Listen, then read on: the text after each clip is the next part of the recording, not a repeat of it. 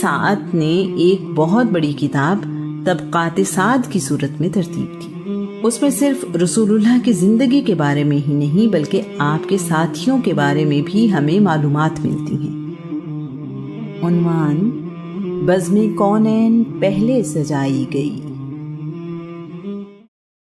اللہ کریم نے جب دنیا بسانے کا ارادہ کیا تو آدم علیہ السلام کو پیدا کیا۔ اللہ کریم نے آدم کو ایک مٹھی خاک سے پیدا کیا جو تمام روئے زمین سے لی گئی۔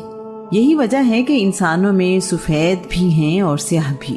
اللہ کریم نے آدم کو اپنے ہاتھوں سے بنایا۔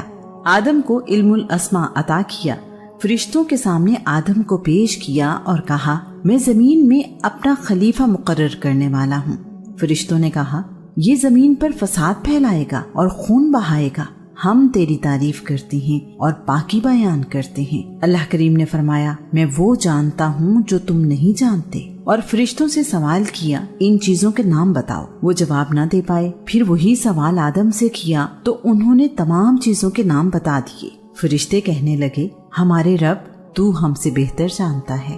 فرشتوں کو حکم دیا گیا کہ وہ آدم کو سجدہ کریں۔ سب فرشتوں نے آدم کو سجدہ کیا سوائے ابلیس کے۔ ابلیس نے سجدہ کرنے سے انکار کر دیا اور تکبر کیا۔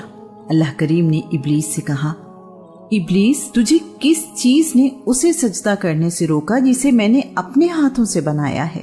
کیا تم تکبر کرتے ہو اور اپنے آپ کو بہت اعلیٰ سمجھتے ہو؟ ابلیس نے موازنہ کرتے ہوئے کہا میں اس آدم سے بہتر ہوں، میں آگ سے بنا ہوا ہوں اور یہ آدم مٹی سے۔ اللہ کریم نے حکم دیا تم یہاں سے نکل جاؤ، بے شک تم مردود ہو، قیامت کے دن تک میری طرف سے تم پر ملامت ہو۔ شیطان یعنی ابلیس کا نام عربی زبان میں حارس اور سریانی زبان میں عزازیل ہے۔ وہ بہت عبادت گزار تھا اور اس کے 4 پر تھے۔ وہ اپنا مقام اور رتبہ سب سے بلند سمجھتا تھا۔ اسی خیال نے اسے غرور میں مبتلا کر دیا اور وہ گمراہ ہو گیا۔ ہدایت تو اللہ کریم کے فضل سے ملتی ہے۔ ابلیس کے معنی ہے سرکش، فسادی یعنی فساد پھیلانے والا۔ اللہ کریم کا حکم نہ ماننے کی صورت میں دھتکارا گیا۔ اس نے آدم کو سجدہ کرنے سے انکار کر دیا، پھر اس غلطی پر شرمندہ ہونے کی بجائے اپنے عمل پر فخر کرتے ہوئے کہنے لگا اللہ کریم مجھے اس دن تک مہلت عطا کر جس دن لوگ دوبارہ زندہ کیے جائیں گے۔ اللہ کریم نے فرمایا تمہیں روز قیامت تک مہلت دی۔ اس پر ابلیس خوش ہوا اور دعویٰ کیا کائنات کے مالک تیری عزت کی قسم میں سب لوگوں کو گمراہ کرتا رہوں گا سوائے ان بندوں کے جو نیک اور صالح ہیں۔ ابلیس کو جنت سے نکال دیا گیا، وہ سرکش اور باغی ہو گیا اور دشمنی پر اتر آیا۔ آدم اور اماں حوا جنت میں رہنے لگے۔ انہیں منع کیا گیا کہ وہ ایک خاص درخت کا پھل، مختلف روایات کے مطابق انگور، زیتون، انجیر یا گندم میں سے کوئی ایک پھل نہیں کھائیں گے۔ انہوں نے غلطی کی اور اس کا پھل کھا لیا۔ آدم اس غلطی پر اپنے رب سے معافی مانگتے رہے اور اللہ کریم کو راضی کرنے میں کامیاب ہو گئے۔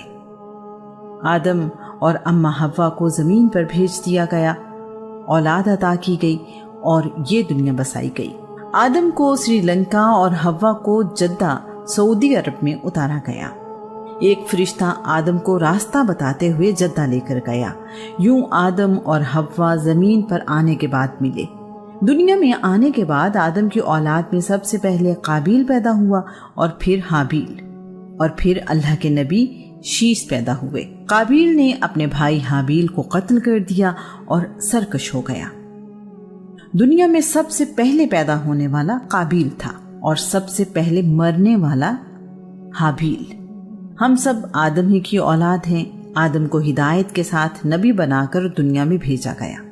انسان کو سیدھی راہ پر چلنے کو کہا گیا۔ اس کی فطرت میں اچھائی اور برائی رکھ دی گئی۔ یہ اختیار انسان کے سپرد کر دیا گیا کہ وہ جس راہ کو اپنانا چاہے اپنائے۔ اچھائی کی صورت میں انعام اور برائی کی صورت میں سزا کا قانون بنایا گیا۔ اس کائنات کے مالک کو علم تھا کہ میرے بندے دونوں راہیں اختیار کریں گے۔ اس کا بھی انتظام کر دیا گیا کہ انہیں سیدھے راستے پر رہنے کا بار بار موقع دیا جائے۔ اللہ کریم چاہتا ہے کہ میرے بندے شیطان کے بہکاوے سے بچ جائیں۔ اللہ کریم اس کام کے لیے اپنے نبی اور رسول دنیا میں بھیجتا رہا ہے۔ اس سلسلے میں قریباً 1,24,000 نبی اور رسول بھیجے گئے۔ یہ مختلف زمانوں اور مختلف قوموں میں بھیجے جاتے رہے۔ ان کا زمانہ گزرنے کے بعد مزید نبی اور رسول آتے رہے۔ محمد رسول اللہ صلی اللہ علیہ وآلہ وسلم کی آمد سے پہلے تمام نبی اور رسول کسی خاص زمانے اور قوم کی طرف بھیجے گئے۔ اللہ تعالیٰ کا فرمان ہے، کوئی قوم ایسی نہیں جس میں نبی یا رسول نہ بھیجا گیا ہو۔ دنیا بسانے سے پہلے تمام انبیاء کی روحوں کو اکٹھا کیا گیا اور ان سے وعدہ لیا گیا، اگر تمہاری موجودگی میں دنیا میں کوئی دوسرا رسول آئے جو اس پیغام کی تائید کرتا ہو جو تم اپنے رب کی طرف سے لے کر آئے ہو تو اس کی مدد کرنا اور اس پر ایمان لانا۔ اس آیت کو آیت میثاق کہتے ہیں۔ رسول اللہ کے دنیا میں آنے سے پہلے تک ہر نبی اور رسول اپنی قوم سے بھی یہ وعدہ لیتا رہا۔ یہی ذمہ داری ان نبیوں اور رسولوں پر ایمان لانے والوں کی تھی۔ آخری رسول محمد بن عبداللہ صلی اللہ علیہ وآلہ وسلم کے آنے کے بعد دین بھی مکمل ہو گیا اور نبیوں رسولوں کی آمد کا سلسلہ بھی۔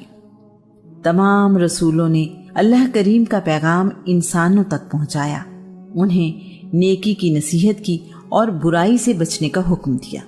اس کام کی خاطر نبیوں نے بڑی سختیاں برداشت کی، یہاں تک کہ ان میں سے بعض کو قتل بھی کر دیا گیا۔ اللہ کریم نے اپنے آخری الہامی پیغام قرآن مجید کو تبدیلی سے بچانے کا بندوبست یوں کیا کہ اس کی حفاظت کی ذمہ داری خود لے لی۔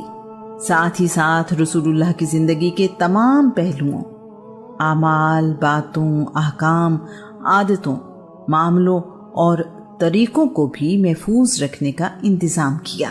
اللہ کے نبی آدم کی اولاد بڑھتی چلی گئی اور زمین کے مختلف حصوں پر آباد ہوتی رہی، اپنے لیے مختلف پیشے بھی ڈھونڈتی رہی۔ انسان کو ایک خدا کی عبادت کا حکم دیا گیا تھا۔ لوگ وقت گزرنے کے ساتھ ساتھ اپنے دین کو بھولتے رہے اور اس میں اپنی مرضی اور خواہش کے عقیدے شامل کرتے رہے۔ اللہ کریم اپنی حکمت سے بندوں کی رہنمائی کے لیے پیغمبر یعنی نبی اور رسول بھیجتا رہا۔ الہامی کتابیں اور صحیفے بھی اپنے پیغمبروں پر نازل کرتا رہا۔ اللہ کے نبی لوگوں کی ہدایت اور رہنمائی کرتے رہے۔ آدم علیہ السلام، شیس علیہ السلام، ادریس علیہ السلام، نوح علیہ السلام، لوط علیہ السلام، داؤد علیہ السلام، سلیمان علیہ السلام، ذوالقرنین علیہ السلام، ہود علیہ السلام، خضر علیہ السلام، صالح علیہ السلام، ابراہیم علیہ السلام، اسماعیل علیہ السلام، اسحاق علیہ السلام، الیاس علیہ السلام، یسع علیہ السلام، ایوب علیہ السلام، ذوالکفل علیہ السلام، یعقوب علیہ السلام، یوسف علیہ السلام، یونس علیہ السلام، زکریا علیہ السلام، یحییٰ علیہ السلام، شعیب علیہ السلام، موسیٰ علیہ السلام، ہارون علیہ السلام، عیسیٰ علیہ السلام اور محمد رسول اللہ صلی اللہ علیہ وآلہ وسلم کے نام انہی نبیوں اور رسولوں میں سے ہیں۔ قرآن مجید ان نبیوں کا ذکر کرتا ہے۔ رسول اللہ کا نام محمد قرآن مجید میں 4 مرتبہ پکارا گیا ہے۔ قرآن مجید میں سب سے زیادہ ذکر اللہ کے نبی موسیٰ کا ملتا ہے۔ جب ایک نبی کی نبوت کا زمانہ ختم ہوتا تو اور نبی دنیا میں بھیج دیا جاتا۔ اللہ کریم کے بھیجے ہوئے نبیوں میں جناب نوح کو نمایاں مقام حاصل ہے۔ نوح کا پورا نام نوح بن لمق ہے۔ ان میں وفاداری اور رواداری بہت زیادہ تھی۔ انہوں نے مشکل سے مشکل حالات میں بھی صبر اور شکر کا دامن ہاتھ سے نہیں چھوڑا، اس لیے قرآن مجید میں انہیں عبد الشکور یعنی اللہ کریم کا شکر گزار بندہ کہا گیا۔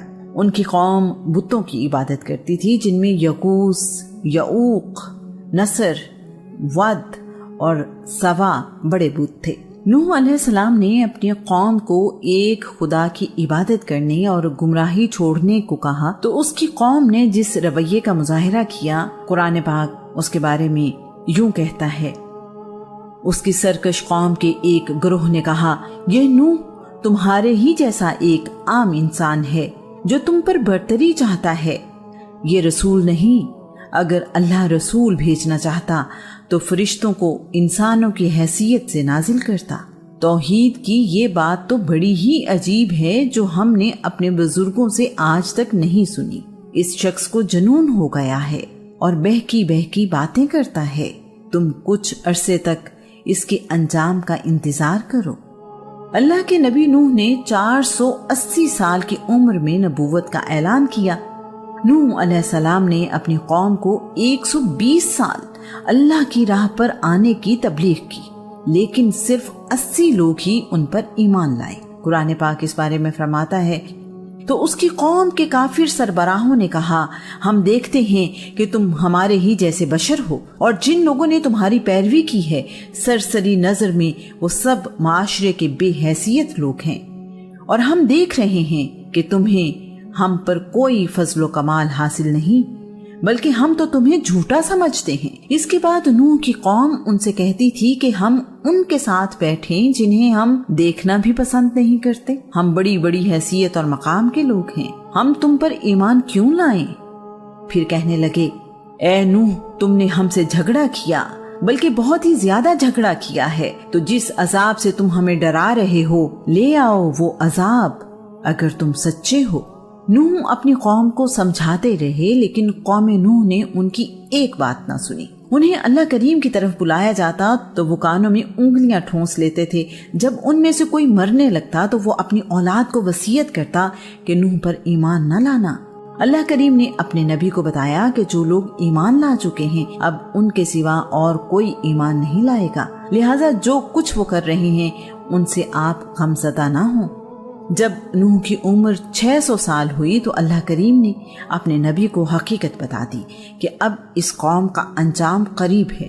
نوح کو حکم دیا کہ وہ ایک کشتی تیار کریں جسے سفینہ نوح کہا جاتا ہے۔ یہ بھی کہا گیا کہ ظالموں کے بارے میں اللہ کریم سے کوئی بات نہ کرے، بے شک وہ غرق کر دیے جائیں گے۔ تمام لوگ جو ایمان لائے ہیں انہیں اور تمام جانوروں کا ایک ایک جوڑا اس کشتی میں سوار کریں۔ نوح اپنے رب کے حکم کے مطابق کشتی بنانے میں مصروف ہو گئے تو ان کی قوم کے لوگ ان کا مذاق اڑاتے ہوئے کہتے تھے، نوح کیا تم نے کاروبار نبوت چھوڑ دیا ہے اور اب ترخان بن گئے ہو؟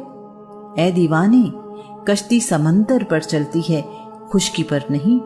تم خشکی پر اتنی بڑی کشتی بنا رہے ہو، اس کے لیے سمندر کہاں سے لاؤ گے؟ اللہ کریم اس بات کو یوں بیان کرتا ہے، نوح کشتی بنانے لگے، ان کی قوم کے سردار جب بھی ان کے قریب سے گزرتے تو مذاق اڑاتے۔ فرمایا، اگر تم ہمارا مذاق اڑا رہے ہو تو ایک وقت آئے گا ہم تمہارا مذاق اڑائیں گے جس طرح تم ہمارا مذاق اڑا رہے ہو۔ تم خشکی پر اتنی بڑی کشتی بنا رہے ہو، اس کے لیے سمندر کہاں سے لاؤ گے؟ ضرورتیں لاتعداد تھیں تو خدا بھی لاتعداد تھے۔ ابراہیم نے ان بتوں کی عبادت کرنے سے انکار کیا۔